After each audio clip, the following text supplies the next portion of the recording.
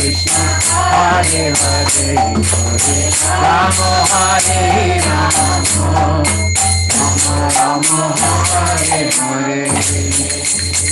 Krishna Nam Sankirtan Ki Jai. Gaur Premanande.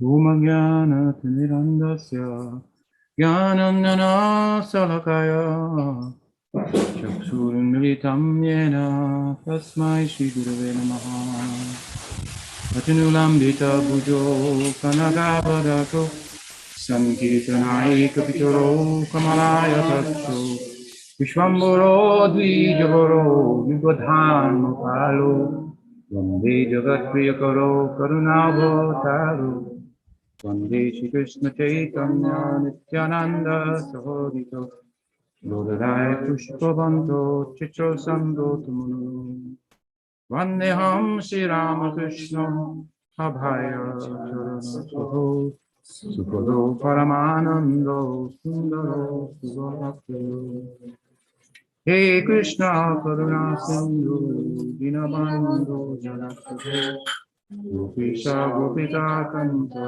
Radhanta Namaste Tapta Kanchan Gaurangi Radhe Vrindavan Sure Vishwamani Sute Devi Pramamani Shri Dagi Gopal Puja Straighten that out. No, straighten it straight. What do you mean? Oh, that's better. Yeah, that works. Push this. There. Okay. So, nice to be with everybody. And if you can't hear me very well, let me know. We'll try to adjust accordingly, technically. But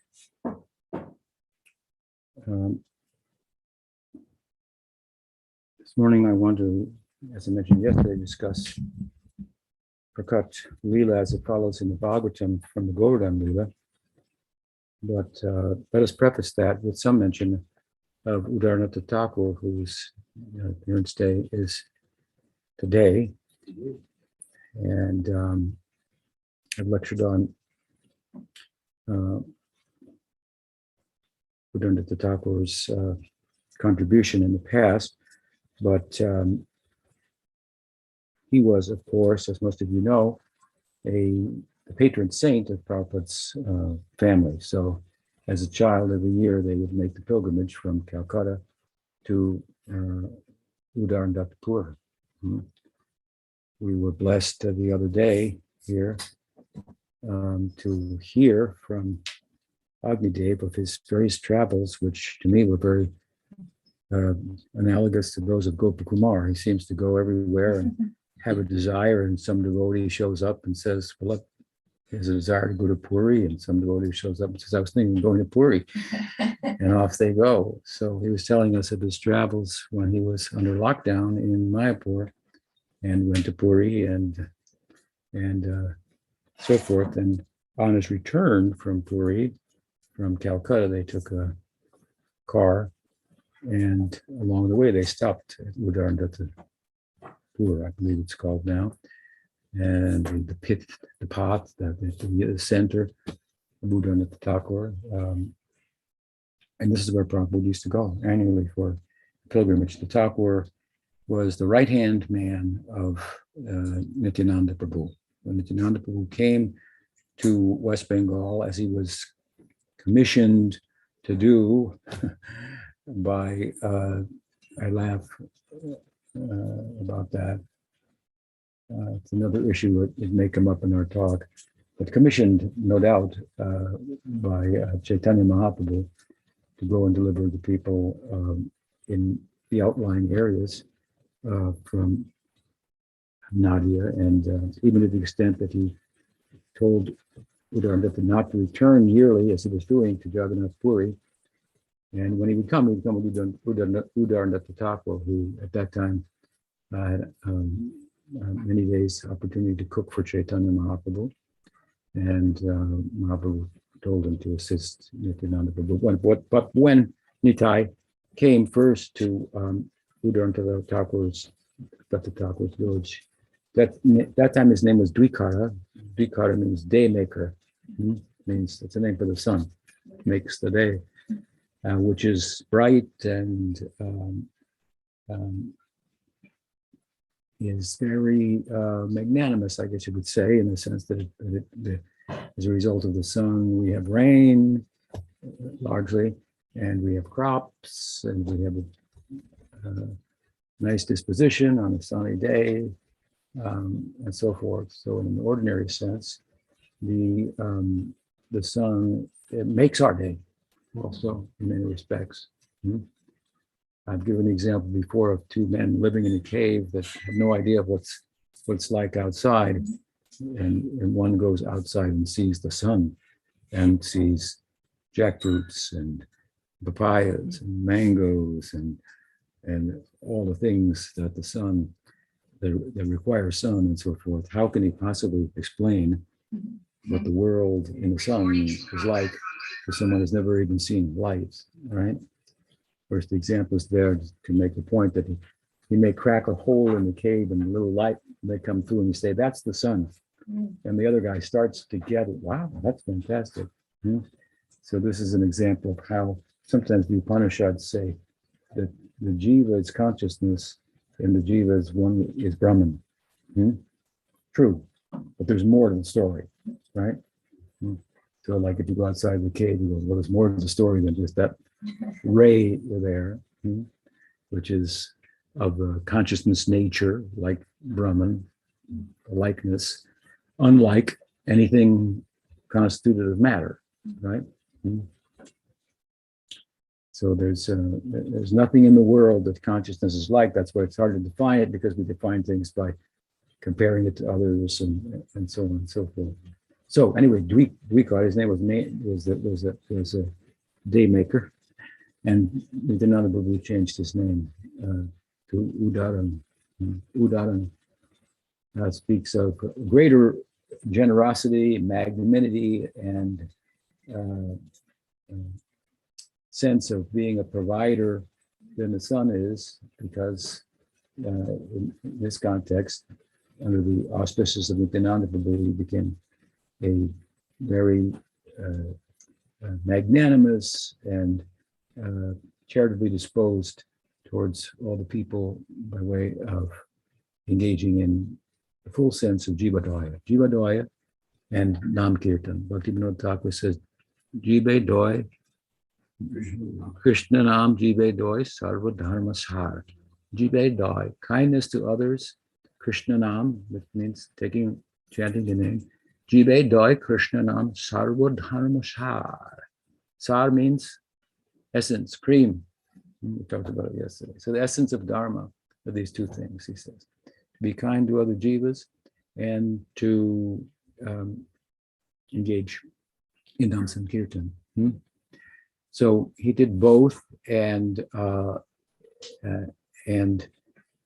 following really the lead of Nityananda Prabhu, he was, let's say, his right arm, and they were, unlike largely Chaitanya Mahaprabhu, a wing or a side of Chaitanya Mahaprabhu's dispensation that amounted to kind of a I would say a Vaishnav social welfare. The people of that area, Saptagram area, had been disenfranchised from the socio-religious community, and Nityananda Prabhu gave them a new community of their own, without the rituals of Varnashram, one ritual for all people, all genders, Nam Sankirtan, come together and celebrate. And Udarndatta was a man of also some material standing, and he employed all of that in helping the people. He made his famous kitchen covered like 10 acres. Imagine how big the kitchen was, to feed the people of Bengal during the drought and the famine, build houses for them and so forth, and turn a community of nominal Vaishnavas into actual Vaishnavas infused with, inspired by, and pursuing the ideal of Sakyarasa. Very outgoing, it seems, was Udaranath Thakur. And sometimes he's described as Udaranath Patita Pavana, not just Patita Pavana, kind to the friend of the fallen, but friend, extra friendly. Patita Pavana. Very extended idea, anyway, of kindness to others.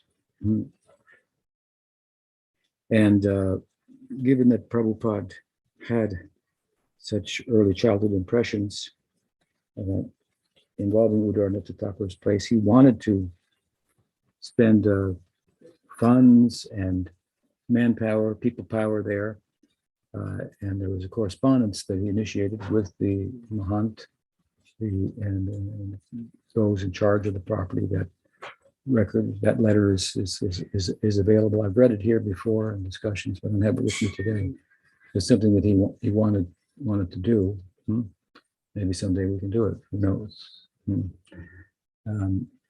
But anyway, Agni was fortunate to visit there. I haven't been there yet, but it's been some place I wanted to go.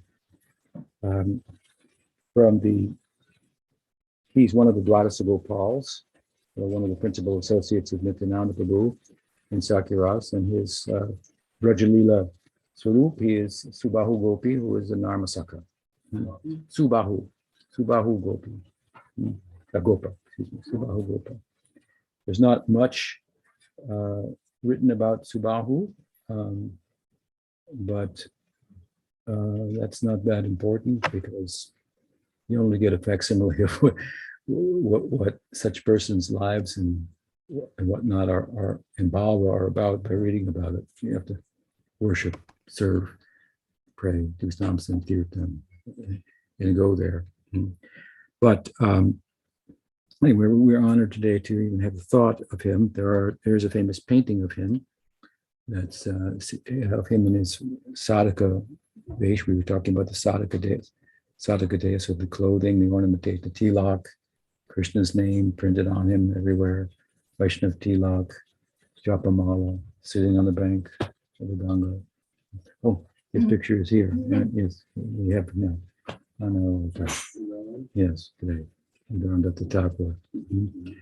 That said, of course, his Sakyabhav sometimes was so intense, as it was with other members of the Dwadasa Gopals and Nityananda Prabhu himself, that sometimes his inner Siddharupa Sakyarasa Baba came out in his Sadhaka Deha. And you could see him sometimes, apparently, with ankle bells and a cowherd horn and such paraphernalia. It's very extraordinary. It's not, as we've learned this morning, that we should in our sadhaka day dress like gopis or gopas, but in very extreme cases where gopas come here, then sometimes that their bhava may come out, even in their sadhaka day. But those seem to be, those descriptions which you can find in Chaitanya Charitamrita, Chaitanya Bhagavat, and other texts, seem to be exceptions to the norm of their decorum, because they lived like sadhakas, set a perfect example of a sadhaka's life, much like the Goswamis, busy opening centers, mostly performing, engaged in Nam Sankirtan. They probably much more than writing, which we don't really have many works of theirs. They were engaged more actively with the public in Nam Kirtan and deity worship. Of course, from Dwadasa Gopals, we have through Gauridas Pandit, one of them also the worship of Gaur Nityananda, which he at Gaur and Nitai's suggestion, he instituted. And Agni was fortunate to go there also, to Kalna, right? To go to Gauridas Pandit's place. Yes, famous deities there, the original deities of Gaur Nityananda. So a word and an appeal for the blessings all daughters of Gopals, and Udardata Thakur in particular today, before we start. Udardata Thakur ki jai. But where we left off in my last series of talks from the Bhagavad, from the Sakiras vantage point, was the Govardhan Leela. I was in North Carolina at that time. And so I want to pick up where we left off there. And of course, the Govardhan Leela ends with there's 4 chapters that deal with the Govardhan Leela. There's the very idea of the Govardhan Puja that surfaces in the first chapter, that orchestrated by Krishna, who finds out that Indra is a lot of work and commotion is going on for the worship of Indra, which he objects to. And I believe the second chapter is the actual puja, the Govardhan Puja, and the third chapter is Indra's wrath and how Krishna expertly dealt with it. And the fourth chapter is the aftermath, if you will, of the elders in the community reflecting on what just happened. Your son, Nanda, lifted the hill. How do we, understand this? Which is an ongoing affair in the Prakat Leela. We shouldn't think that there's no Aishvarya in Vrindavan. There's more Aishvarya in Vrindavan than we can find anywhere. It doesn't affect people, the devotees there, in the way it does in other places. When Krishna shows his godhood by doing something godly, like lifting Govardhan Hill, they wonder about it, but it does not cause their bhava as a parent or as a friend or a lover to recede to the background, as it does for Arjuna, for example, in Bhagavad Gita, when Krishna shows the universe to be inside himself. He loses contact momentarily with his Sakya, intimacy with Krishna, and becomes reverent. So this doesn't happen to the inhabitants of Vrindavan on the strength of their bhava, which turns the Godhead himself, the source of all divinity, into their friend. Their bhava turns him into their lover, turns him into their child, which of course he's charmed by, controlled by. But nonetheless, he is God, so his Aishvarya is there in the background, and he comes out from time to time.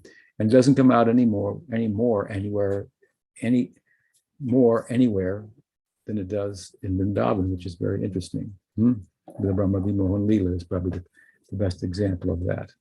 But Govardhan Leela is a pretty good example too. This is a Leela, of course, in which everyone, without exception, witnessed the heroism of Krishna in his early childhood. Well, his heroism could be easily construed to have been something else, some other forces involved. He sucked the breast of Putana, but she died. But who knows? You don't die by having your breast sucked, so maybe something else happened. There are many ways, the excuses or rationality to come up with. As we enter into Krishna's Pauganda Leela slightly, at the end of his Kumar Leela, and I've mentioned this before, well, then he starts to perform heroic acts that at least his friends can understand are, without question, exhibitions of his own prowess. They think of it as rightly so, as his heroism, which is an udipana for their Sakya Bhav, and they think I could have done it too, but but he's done it, and they're proud of him for such. But again, at that time, because he's alone with them in the forest, he kills Vatsasura, he kills Bakasura, then Agasura. They're seeing these things. Vatsasura in particular makes it very clear when he kills not Vatsasura, Bakasura. When he kills Vatsasura, the demon who took the shape of a calf. It's not quite clear to the coward boys what happened, because he just kind of grabbed the back legs and whirled the calf around, which, he plays with the calves and so on and so forth. Anyway, the calf died. And it was apparent that he was a monster in disguise. But to make it clear to them, then in the same day he killed Bakasura. And that was very clear that Bakasura grabbed him between his beak, and then Krishna bifurcated the beak and defeated him and so forth. It's very clear. Krishna did this himself. And then on it goes. And the stories about that, of course, are coming back to the village every day by the cowherd boys, who's are, after all, just boys. And so boys will be boys. And we can't believe everything they say. They're exaggerations and so on and so forth. But here with the Govardhana Leela, then everybody sees the prowess of Krishna, right? And so after it's over, the elders need some counsel with Nanda Baba, and of course, it's understood in due course that well, he has. It's been said that he will have powers of Narayan, and again, the logic is therefore we should protect him. Why do you need to protect somebody that has the powers of Narayan? But that's the logic of Braj, and it makes perfect sense to everybody there. I'm very happy. So what happened, of course, was that Indra came, and at the end, in the last chapter, and then there's the second to last chapter, and the last chapter is speaking about the fact that Indra came, among other things. Because Indra came, Krishna went, kept his friends at a distance, went, spoke with Indra, accepted his prayers, accepted gifts from all of the gods who came, gods and goddesses. And then they flew off, and the boys came and took the gifts and put on the vestments and the crown and tried it on themselves. And then they marched on home. Before they got home, they took off the clothes and put them on Krishna. You're the prince. And so these were remarkable gifts that Krishna found in the forest that looked like they had come from heaven. And of course they did. And Nanda Maharaj was seeking an explanation. Ultimately, Madhu Mangal volunteered. Some guy with eyes all over his body, which would be Indra, was offering pranams, and another guy with 4 heads was paying obeisances, and another guy with 5 heads, that would be Shiva in this case, to describe the gods like this. And one gave him this, one gave him that. Shiva gave him bamboo flute, and that's important as the discussion today goes on. And at that time, then an oracle from the sky was heard, right? And from the gods themselves giving an answer, if you will, to Nanda Maharaj. We have crowned him Govinda, king of the gods. You should crown him as the prince of Vrindavan. Prince would be the heir to the throne of the cowherd kingdom. And everybody liked that. It was a very charming idea. Yes, it should be done. We all thought like that, of course. Krishna would be the heir to Nanda Maharaj. So a big festival ensued. And all the opulence and the Aishvarya of the lifting of the hills was all forgot about. Well, anyway, whatever. And the festival took precedent in everyone's mind, and a very joyous, emotional, celebratory day or two. But Krishna himself was not it didn't do, let's say, as much for him as it did for everyone else. Because once again, now in his Poganda Leela, this is a Poganda Leela within the context of the Prakat. Prakat Leela means the manifest Leela. We've been talking in the morning about the unmanifest Leela. Prakat means the manifest Leela, and Prakat also means the best. So there's different ways to look at these two Leelas. And for the sadhakas, we may think this is the best because the Prakat Leela is a portal to the Aprakat Leela. It's like a trailer to the movie, right? So you're that much more excited about where did that go? That part, as they switch the camera to another scene and get a picture of it. Where's that going? So the Prakat Leela, and of course it's generous. This is the way in which Krishna Leela comes to us, manifests within time and space, our frame of reference, and so on. And so Prakat Leela and a Poganda Leela.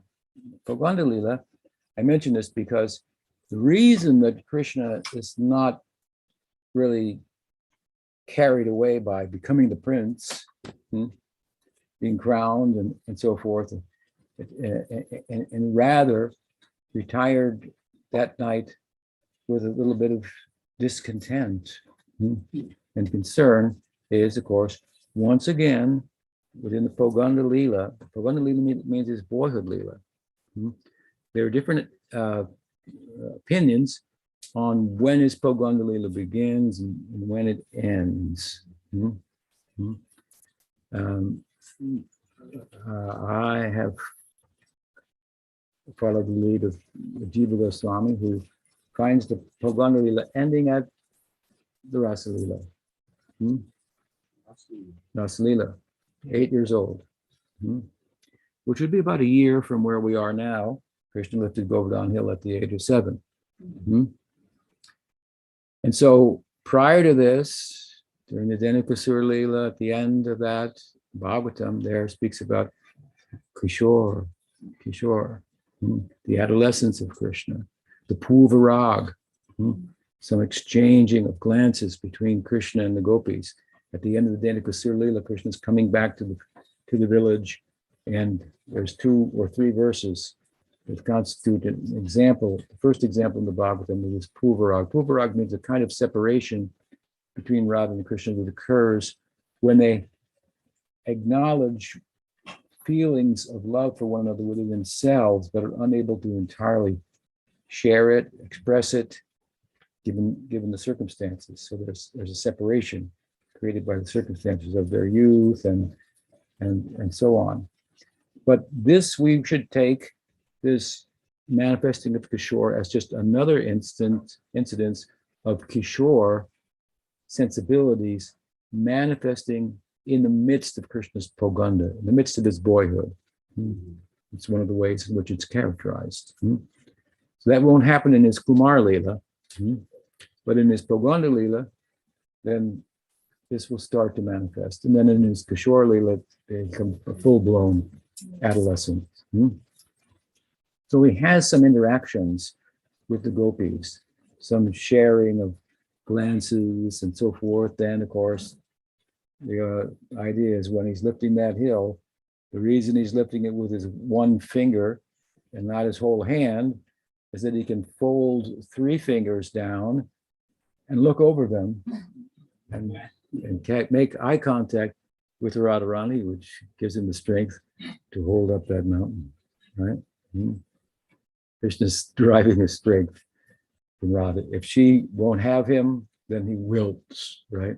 He will need to be pumped up and supported by his friends like Subal and Ujjval, Subahu, and others who chant Radhanam into his ear or give him assist him in some way of overcoming her apparent unwillingness to acknowledge his feelings for her. So this is his preoccupation. Imagine for 7 days he's holding the hill and his eyes are fixed as far as possible on Radha. He's the prince of Vrindavan, but Radhe Vrindavaneshwari, right? She's the queen of Vrindavan, and in a higher sense, presides over it. Because, as we said earlier, Krishna is Bhagwan, controlled by his devotee's love, and the love of Radha exceeds that of everyone. She is Mahabhava Swarupini. So, what does he do?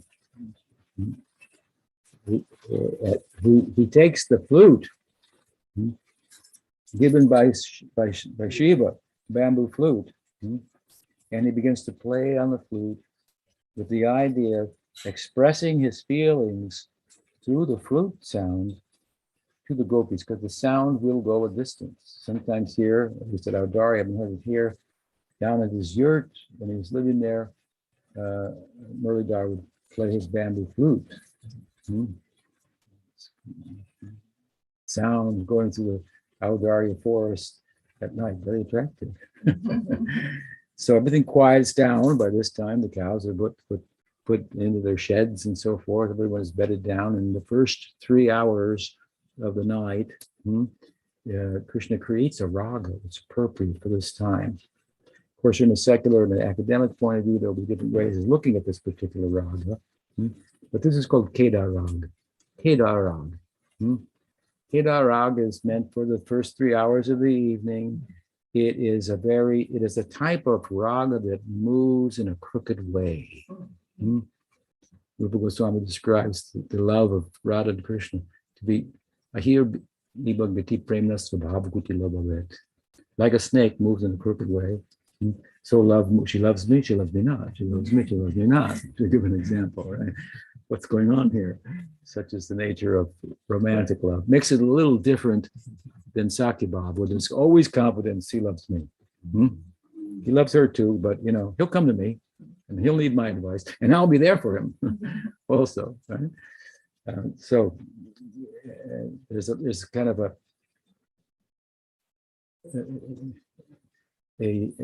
lack of confidence, both in that arises in Madhurya Rasa and also in Vatsalya Rasa, but it never arises in Sakya Rasa as to Krishna's affection. And exactly how the Krishna's cowherd friends feel about him, he feels exactly the same way. This is thought to be, from the Sakya Rasa perspective, the Goswami says, therefore Sakya Bhaktas, they think, therefore ours is the best. We're completely on the same page with it. Now this will occur within Madhurya Rasa too, in different ways, but that other element is there, of doubt, right? We'll come to that later as we go further, if we get that far. Not today, but in other days, when we speak more about love and separation. But here, he's feeling some separation, and he plays and creates, I would say, the Kedar Rag. Kedar Rag is associated with Shiva. But we will think from our point of view, from the Bhava point of view, when we read Bhagavatam and so forth, that Krishna created all the ragas. His flute is not, he's taking some music from somewhere else and playing it. That's not what Krishna's doing. He's creating ragas, which later musicians would take it. It all comes from him. He's the original musician. The whole material world is even described sometimes in modern days from a scientific point of view as being like a concert, right? Vibrations, sounds, string theory, for example. If we were Nietzsche, he said, if there was a God, he'd be a dancer. He'd say, and a singer too, and a musician. Thing is going on, like it's an orchestra. It's a concert, right? Even the material world, so to speak, right? Lokabatu, lila kalmalyam, they're all lila. So Krishna manifests the Kedar Rag. Now Kedar Rag is thought to be given its like way it curves. It goes, the ascending scale will only use 6 notes, and then we can descend on the scale, it'll use all 7, and it will move in a crooked way between them. It's very powerful, and in terms of being an expression of romantic feelings. Now, while that is the case, it is also said, and accurately so, that Kedar Rag is a rag that its purpose is to reveal to the mind the nature of the Atma. So you have to put now these two things together. When we're talking about Krishna Lila, in this case, the romantic sentiments, the bhava of Krishna and the gopis, and we're talking about Kedar Rag, you have to put together the romanticism that is expressed through this rag and his flute.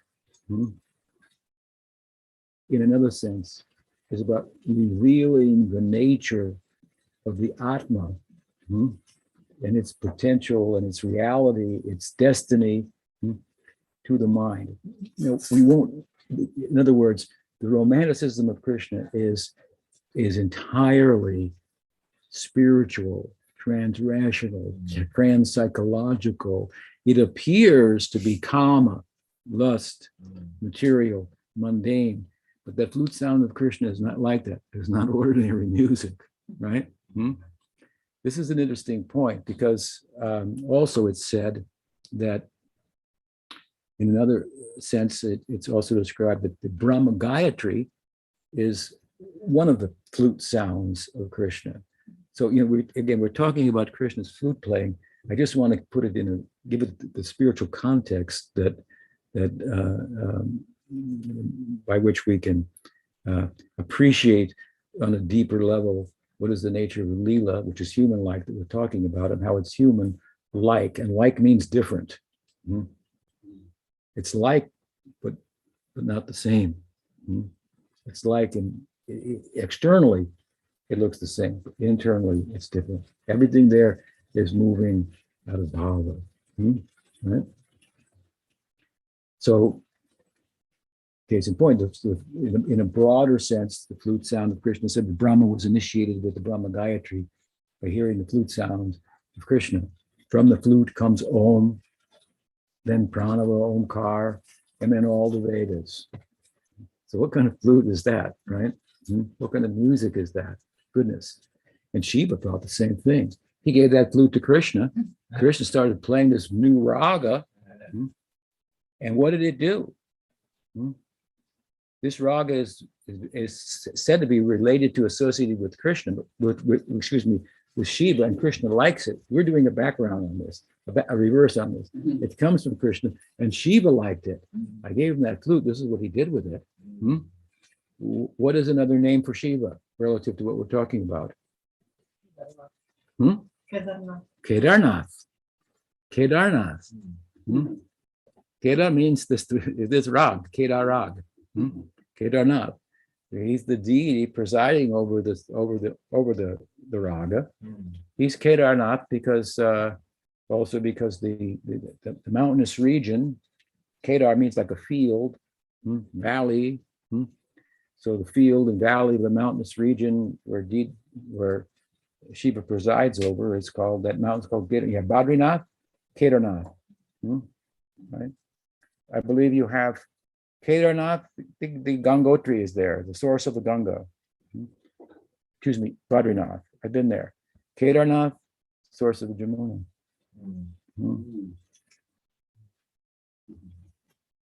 Pretty sure about that. I've never been there. I'm pretty sure about that. So Kedar, we might think, well, like that's Shiva. What does he have to do with Vaishnavism? Bhaktivinoda Thakur's name is Kedarnath. His birth name, Kedarnath. He had a Shiva name. How could he be? Of course, his parents didn't give it to him thinking like about the things I'm talking about either. But what one godbrother of mine, ex-godbrother of mine who left Prabhupada, his name is now Neil Delmonico. You probably know him, Nitai Das. Things repeat themselves. Nitai Das. He said, I had written a book once, a little pamphlet about, it was entitled Bhakti Siddhanta Saraswati Thakur, heir to Kedarnath Thakur, Kedarnath Bhakti Vinod, Guru Parampara, Shri Guru Parampara, something like that was all in the title. And he somehow got a hold of it and didn't like it. And he said, who's this guy writing Tripurari? What kind of Vaishnav name is that? Like, how can he even be a Vaishnav? He's got a name Tripurari. Tripurari is a name for Shiva. But we don't have to think too deep to give an answer, right? Because Bhagavatam speaks very loudly at the very closing end of its final chapter in glorification of Shiva by saying Vaishnavanam Yata Shambhu. Shambhu is another name for Shiva. And Shiva is the greatest Vaishnav, it says. Vaishnavanam Yata. Well, we can say, we thought the gopis were the greatest Vaishnavas. How can that be? Wow, put it together. He heard that Kedar Raga after he gave the flute from heaven, and it turned the ascetic Shiva, dressed in ashes, into a gopi. Yeah. What is her name? Gopishwar. Shiva developed, what does Shiva have to do with Madhurya Rasa? Well, when he heard that Kedar Rag, Krishna's playing it for the gopis. Kedar means field. So he created a field and sowed within it and gave the gopis the opportunity to sow within it the seeds of their feelings of separation, communicating with them in the night. They heard it.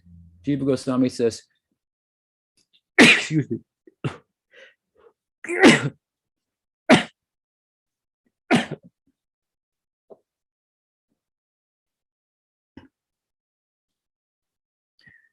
So through the flute sound, they heard you, or they heard their own names. Krishna's trying to initiate them through the flute. He's not mature enough yet as a guru to do that. That will come in a year from now at the Rasa Leela. Very successful when they all come, even Radha. He has a couple efforts beforehand where he's working on his craft of playing the flute, but it was enough to convert Shiva to get for the ascetic Shiva dressed in ashes to get desires to follow in the mood of this raga, romantic love, which allowed him later on to take on a gopi deha, a body of a gopi. And when he came before the gopis and wanted to enter into the rasa dance, they said, "We haven't seen you before. What part of Braj are you from? Who are your parents?" He said, "I don't know." They became suspicious. So if you want to go to Braj with the Siddhadeya, you're going to have to get new parents. You're going to have to know where you're from. It'll all come through Harinam, right? Through Harinam, it will come. Like I said, your Prarabdha karma will go away entirely. Where you're from, who your parents are, and so on. You'll be able to answer all these things. They're all extensions of the Bhav itself. The Bhav itself. You mean the Bhav will create the parents? Well, we read about that this morning, didn't we? That Bhav is always expressing itself in newer and newer ways. Right? That's eternally there. So because he didn't know the answers to this, they were a little suspicious of him. They said, "Well, you can stand outside the gate here. I'll tell you what we'll do. We'll give you a position at the gate to the Rasa Leela, and you can protect it. Don't let other people in because it's night. And this is a private affair, and we don't want to get caught."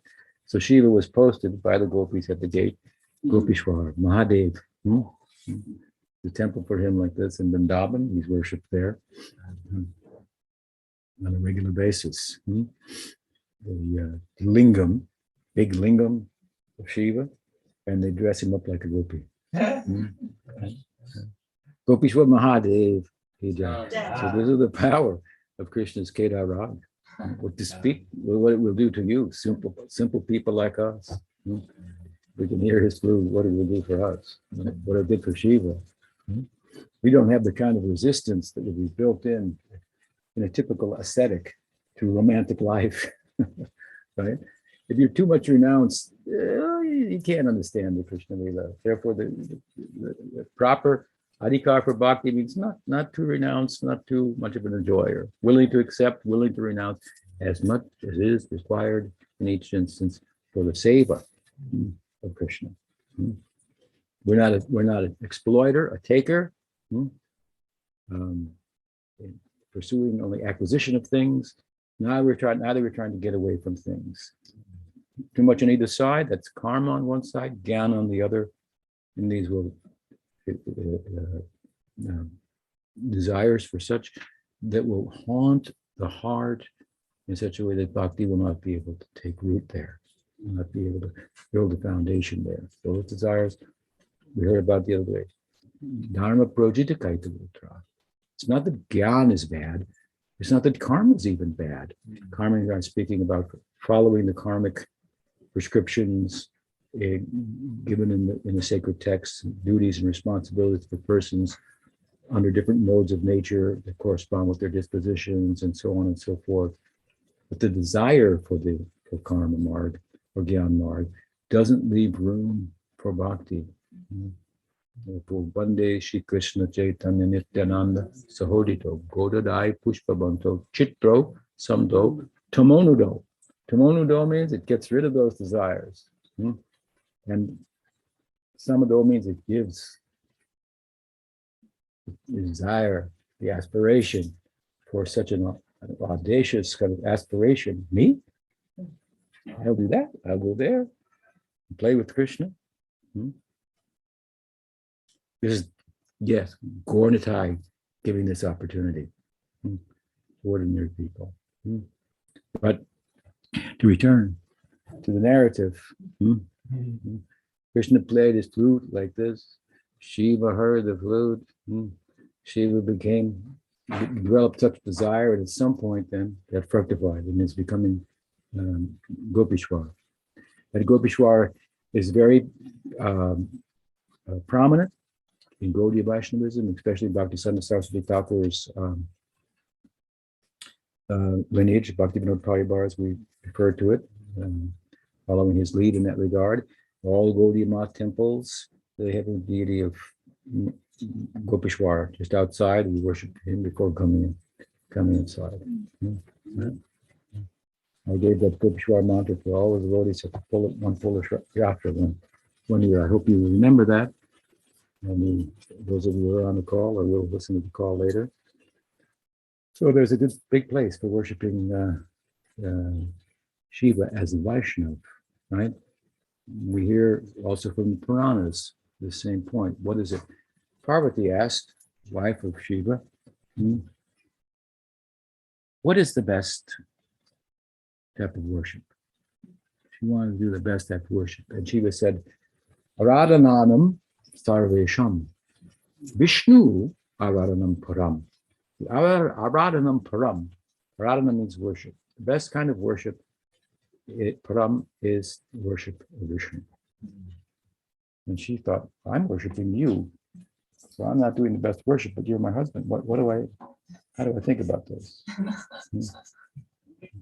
So understanding her mind, after making the statement in 2 verses, he said, Tasmat Parataram Devi Tadiyanam Samarchanam. However, Devi, my dear Devi, worship of that which is dear to Vishnu, that is even higher. I said, oh, you're very dear to Vishnu. Very, very good. I will worship you. So this is, we don't have an argument with the worshippers of Shiva. We have something to offer them.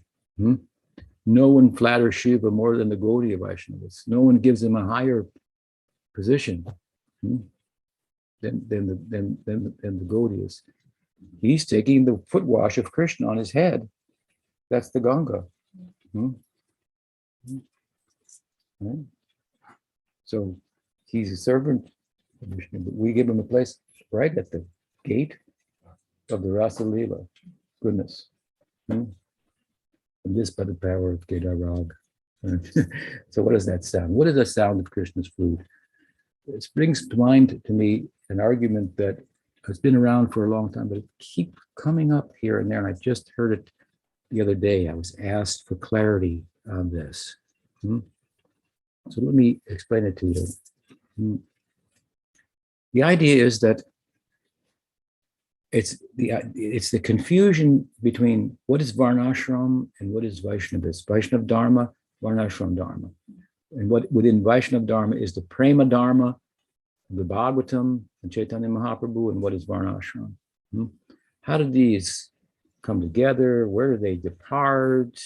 And so forth. In a Varnashram community and society, which is now fading away, even in India, I mean, if not for all intents and purposes, gone during the time of Bhaktisiddhanta Saraswati Thakur, Bhaktivinoda Thakur, the Hindus were all Hindu kingdoms, right? They were ruled by the British, but the Hindu kingdoms were there, and the Hindus were all following the Varnashram social religious system. Right? Even the forms of Vaishnavism, like Sri Vaishnavism and so forth, they took much more. They had much more of a kind of a connection with Varnashram than departure from Varnashram, which is an emphasis from Gaudiya Vaishnavism. It's an emphasis of a departure from Gaudiya Vaishnavism, which is true to the Bhagavad itself. Even Gyan is a departure from Varnashram. But of course, in some of the Vaishnava Sampradayas, it's the do karma properly, karma marg, and from karma, nishkam karma, you do the karma without a desire for the fruit. That will bring knowledge in the heart. When knowledge comes, you give up the karma. You have no more obligation to those duties because now you're moving from a designation within the world to identifying with the Atma, which is not of this world. That's Gyan, Atma Gyan. So if you have Atma Gyan, what obligation do you have from a worldly point of view? You're not in the world anymore, largely. So this is the sannyas life, right? The renounced life. So even when you come to Gyan, you have no obligations within Varnashram. There may be some rules that govern sannyas, that's a little bit of another thing. That's unto itself. So what to speak of bhakti? This is the point Uddhava makes, or Krishna makes to Uddhava in Bhagavatam in 11th canto, very, very nicely. That if you are actually purified in the heart, such that Gyan, Atma Gyan comes in, and your identification is not with the world, but with the Atma. And now you're exploring that identification, right? All that you are in the fullest spiritual sense of being consciousness. If you get that far, it's pretty far, then you have no obligation for participating for adhering to all the rules that govern varnashram, how to breathe, how to sleep, how to evacuate, which direction to turn at this time and that time, and so on and so forth. There's thousands of rules. It's not a bad thing. These rules are like capturing a wild animal, putting him in a cage, and then gradually taming him, something like that. So we're coming out of the wild. Now we're in human life.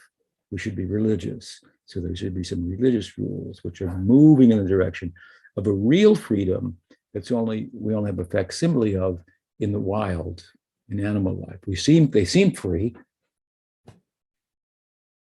like they don't have to follow the rules, right? They're attracted to us. Oh, the deer, just running free. Oh, the puma. Haven't seen one yet, and so forth. But we're attracted to that because we're a unit that's actually free. We're not this body. It's attracted to us, the wild. And we resist regular rules and so forth. But these are rules for freedom, like the rules of the road, so that you can drive freely. That's the whole varnashram. But if you come to Atma Gyan, then you have no obligation to them. But to get to Atma Gyan, that's a long haul, right? You have to perform the karma properly and then distance yourself from the fruits of your karmic obligations and so forth, and still carry on with them.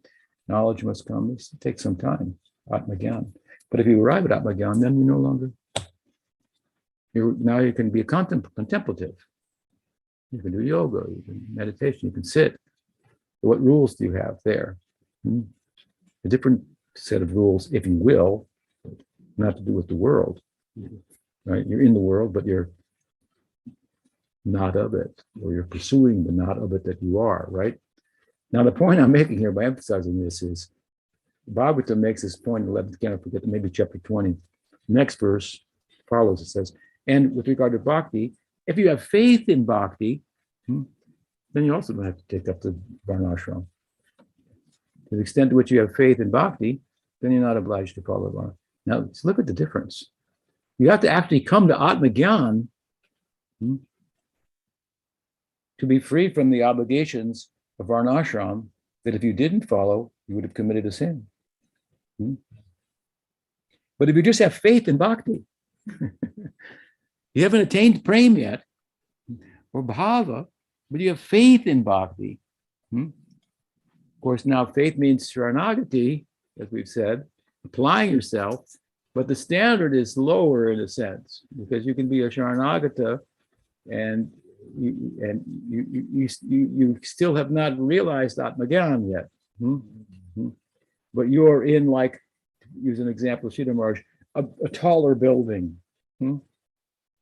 One building is 10 stories high, and you can be the executive of the 10th story and look down at the doorkeeper in the building next door that's 100 stories, but the doorkeeper could work his way up and become the CEO of a 100-story building and look down at you. Atmagyan, it's nothing. From the land of Prem, right? Atmagyan, that is nothing, that's a small thing, insignificant, right? So the point I'm bringing up here is that we're talking about the relationship between Vaishnavism and Varnashram. Now, they can complement one another. There are ways in which they run on parallel tracks, but there are ways in which they depart, where the absolute departs from the relative. So things we can borrow from Varnashram: sensibilities, hygiene, any number of things. You have to have a culture and so forth. But to the extent to which we have faith in our Sharanagata and applying ourselves, we're absolved from, we're on another path, is the point, right?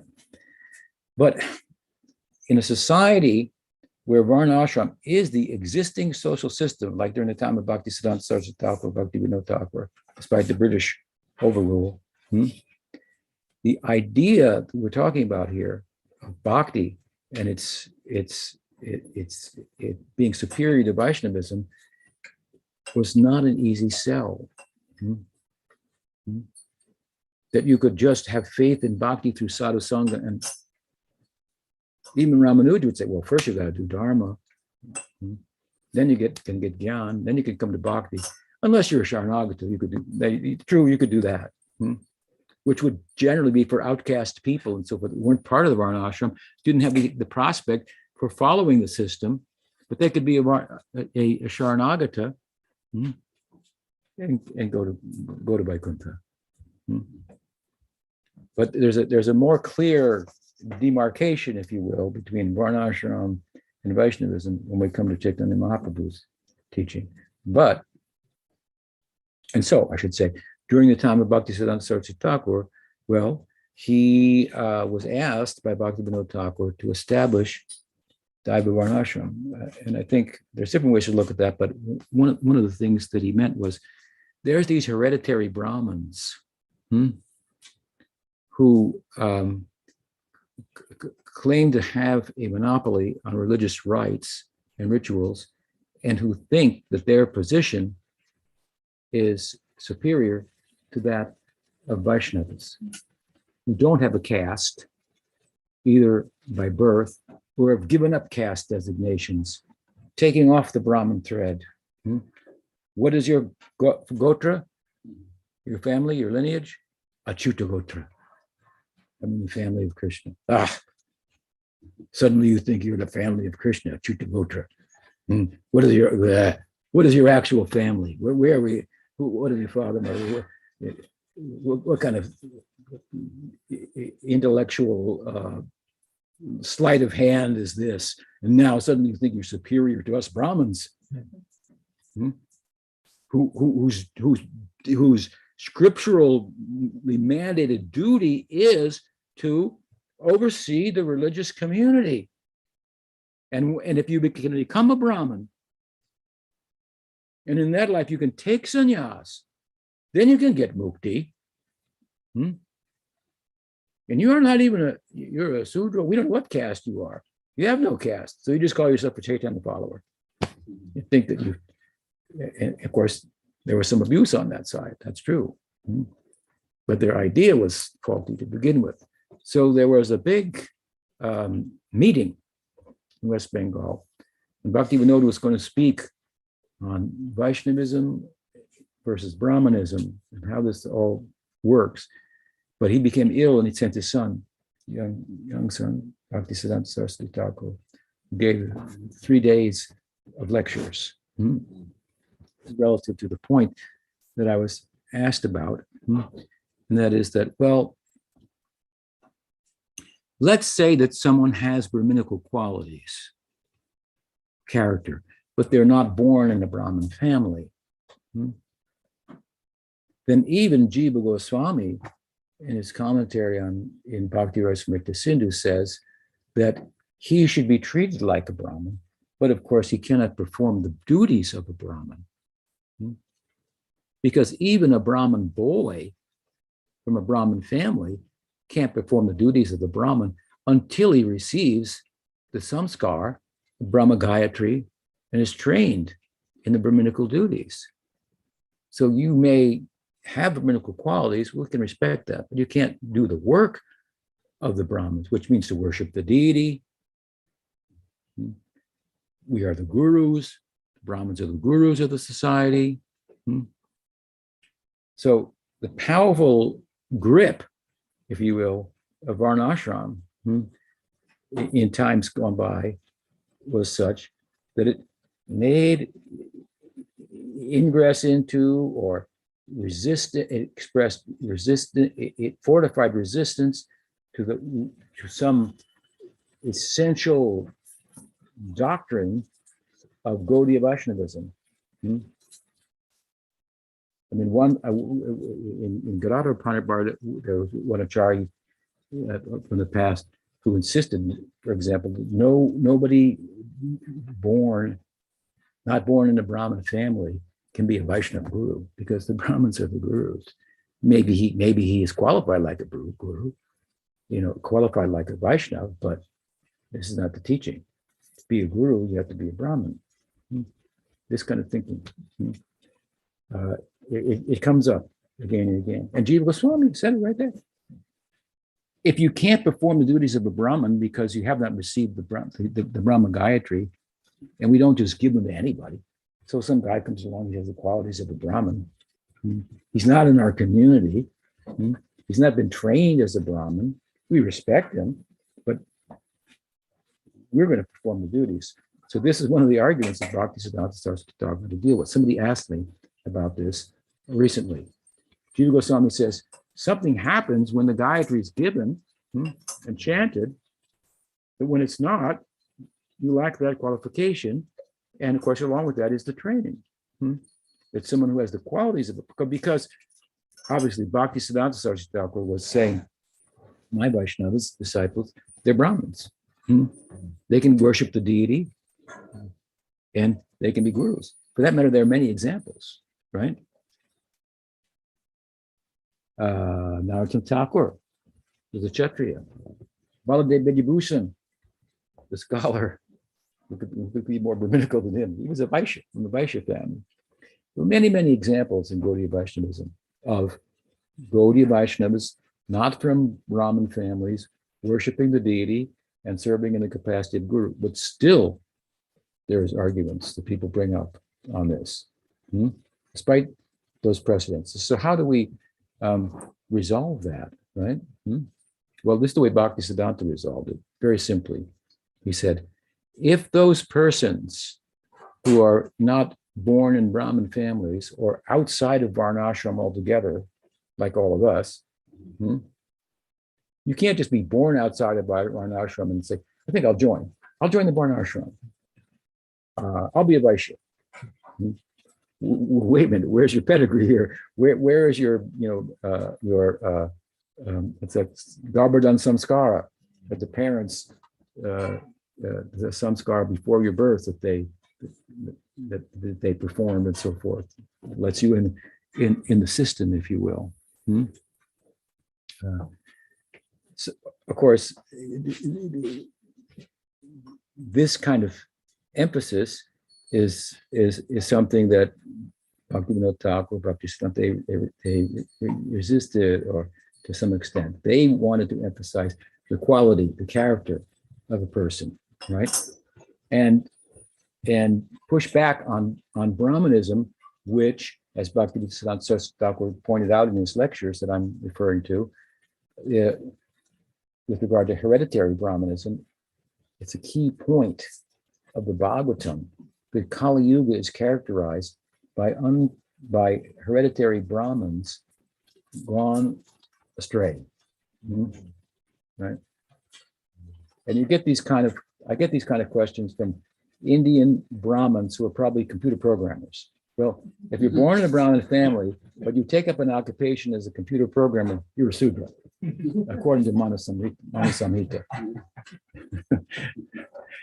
So, but anyway, the way that Bhaktisiddhanta resolved this, first of all, he pointed out, well, hereditary Brahmanism's got its problems in Kali Yuga to begin with. So if we're going to establish Varnashram, we might better look to those who have qualities aside from birth, because many hereditary Brahmins don't have the qualities, but still think that they should be regarded as Brahmins are to be regarded. Hmm. But he also said, and this is just like very like insightful, that if they're from outside the Varnashram or not born in Brahmin families, but they have the qualities of a Brahmin, then if they get Vaishnav Diksha, then what is Vaishnav Diksha? That's superior to the Diksha within Varnashram. That samskara is created by receiving the Brahma Gayatri. More than that is qualification from the spiritual point is given by Kam Gayatri. Right? So he said, and there's no restriction to giving Vaishnav Diksha to anybody in terms of caste. It's not that we only give Vaishnav Diksha to people who are born in Brahmin families. There's no such restriction within Varnashram, Vaishnav Dharma. So Vaishnav Dharma allows us to give Diksha to anybody and everybody if we see the quality, the characteristic, the qualification of Shraddha, faith. Faith and bhakti, we can give Diksha. And if they receive the Vaishnav Diksha, then they've already received more than the Brahmin boy receives. And of course, Bhaktisiddhanta included then within his Diksha the Brahma Gayatri as well. How can you give Brahma Gayatri? He's not born in a Brahmin family. Well, Brahma Gayatri, it's said in the Garuda Purana, what? Gayatri Basu Rupo, so in a verse glorifying the Bhagavatam, among other things, it says, and Srimad Bhagavatam is a commentary on Brahma Gayatri. Now, can Vaishnavas read the Bhagavatam? Is that allowed, sir? If they can study the commentary and are taught to live inside the commentary of the Srimad Bhagavatam, then what would prohibit them from chanting the mantra? It corresponds with it, Brahma Gayatri. There are many different ideas and understandings of what Brahma Gayatri is. Therefore, Jiva Goswami labored in Paramatma Sandarbha and later, and also earlier in Tattva Sandarbha, to point out that this mantra, Brahma Gayatri, is only and exclusively about worshiping Bhagawan in bhakti. It's not about worshiping the sun god, or it's not for this purpose or that purpose, and so on. So it's for Vaishnavas. For Brahmins too, but it's for Vaishnavas. And Brahmins should understand the position of Vaishnavas. If they don't have Adhikar and they're Brahmins within Varnashram, they should have regard for the Vaishnavas. So these are, we're speaking about Krishna's flute. And the flute is one at times, as I say, the flute is described as Gayatri. Brahma heard the Gayatri, heard Krishna's flute, right? This is maybe in Brahma Samhita, it's described. The other texts described a little differently, but nobody argues. Krishna's flute sound, yes, that's the Gayatri. Are we allowed to hear Krishna's flute? What do you think? The gopis, they were just Vaishyas, village girls, and everybody in Braj heard it. It's Vamsi Priyasaki. The dear friend of the Vamsi is the Priyasaki, the dear friend of everyone in Braj, because when Krishna plays it, they know where he is. And he plays different notes for the cows, and different notes for his friends, and different notes for the gopis and ragas and so forth, and see the effect it can have, right? So this is a spiritual affair. Varnashram is a social affair. There are ways in which they can, as I say, work together and there are ways in which they depart, and we should understand them. So there's no prohibition within within Varnashram, the Brahman should be the gurus, and the Brahman should do the deity worship. But deity worship is also an anga of bhakti. So if one has is an initiated Vaishnava, then there's no prohibiting him or her from doing archan, right? Now, amongst them, it would be natural that one of a Brahminical type of disposition, coming from their material conditioning, would be the type of Vaishnava who would be inclined to do the deity worship. Another might be inclined to be a gardener, or whatever might be the case. That's ways in which, at least in the beginning, these things can work together. And in an institution, then you could engage somebody with common sense. Well, he has this disposition, engage in this way in bhakti, but there's no prohibition. There's no rule against Vaishnavas doing deity worship. And as much as archan is an aspect or an anga of bhakti, so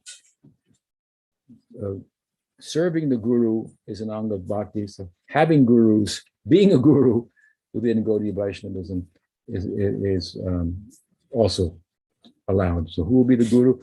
Who's ever qualified, regardless of what birth they may have. Right? Well, just come to my mind because someone had brought it up. This is the way in which Bhaktisiddhanta dealt with this. He prevailed in that debate, Brahmana Vaishnava. It's been published, I think, in English.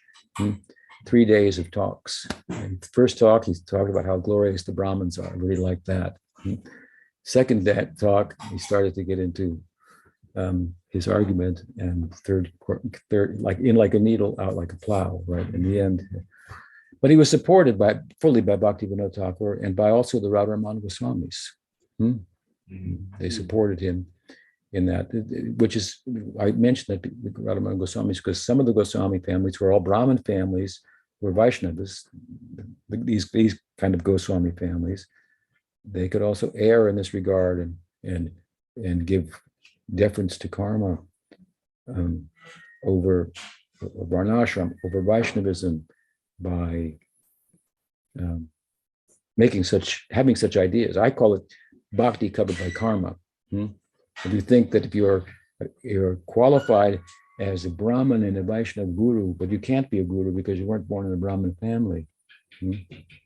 Well, too many examples would contradict that. I call that bhakti covered by karma. But some Vaishnava gurus, Gaudiya Vaishnava gurus may even teach that. So it's an example of how, at least in the past, this Varnashram, which was the social fabric, with all of its rules and so forth, was difficult to overcome. And of course, this goes all the way back to the Bhagavatam here. Krishna's playing his flute, and the gopis are not supposed to, according to Varnashram, be meeting him in the night, and he's not supposed to be playing that flute, with that raga. He's not supposed to be creating that raga. But he does. And to conclude, we found a little long here, I think, but let's see the time. What is the time? 12:21. 12:21. So anyway, what follows, of course, is that Krishna doesn't meet with the gopis. Again, he's just perfecting his flute playing, and the night ends. The night ends, and with the night, and it ends on an Ekadasi. And it's a short Ekadasi, only 18 hours. And so the time for breaking the fast on the Dwadasi, there's a window, the paran, to which to break the fast, occurs before dawn. That brings us to the next chapter of Bhagavatam. We'll hear about that tomorrow. Grantaraj Srimad Bhagavatam. Ki jai. Go Bhaktivinoda ki jai. Go Premanande.